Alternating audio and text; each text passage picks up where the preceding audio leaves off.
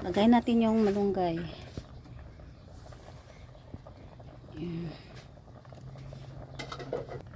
Ayan, okay na to.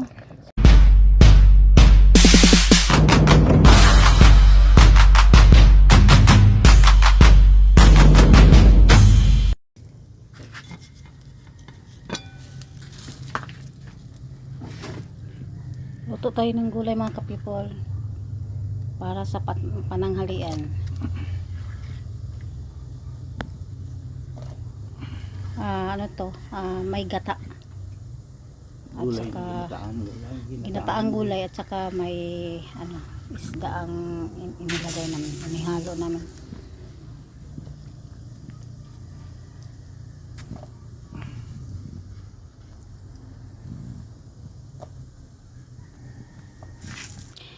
Ilalagay na rin natin ang tawag dito sibuyas, kamatis, luya, may tanglad or lemongrass.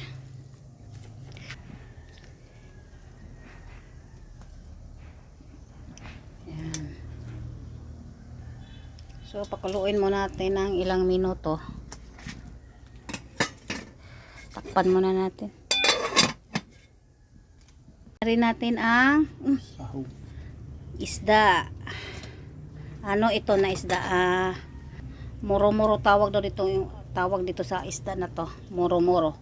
Ito ang ilalagay natin sa ating ginataang gulay for today.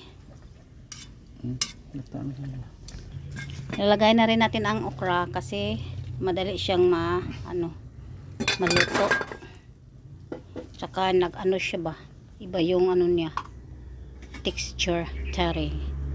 Yan, so pakuluin muna natin. Yay! Lalagay na natin ang ating gata. Yan. Wow, ang sarap. Daming laman. Wow. Na tayo ng seasoning.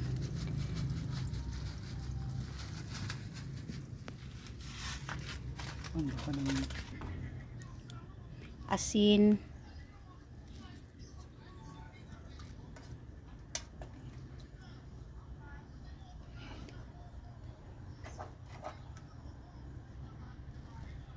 Yan, tikman muna natin.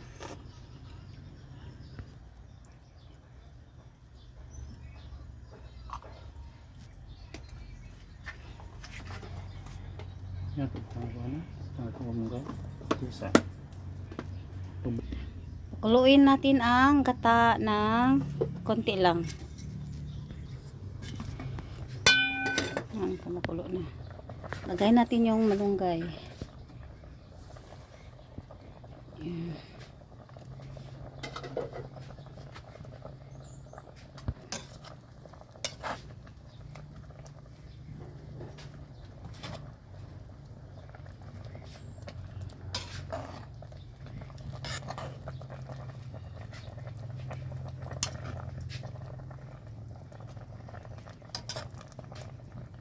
Ayan, okay na to. So, thank you so much for watching.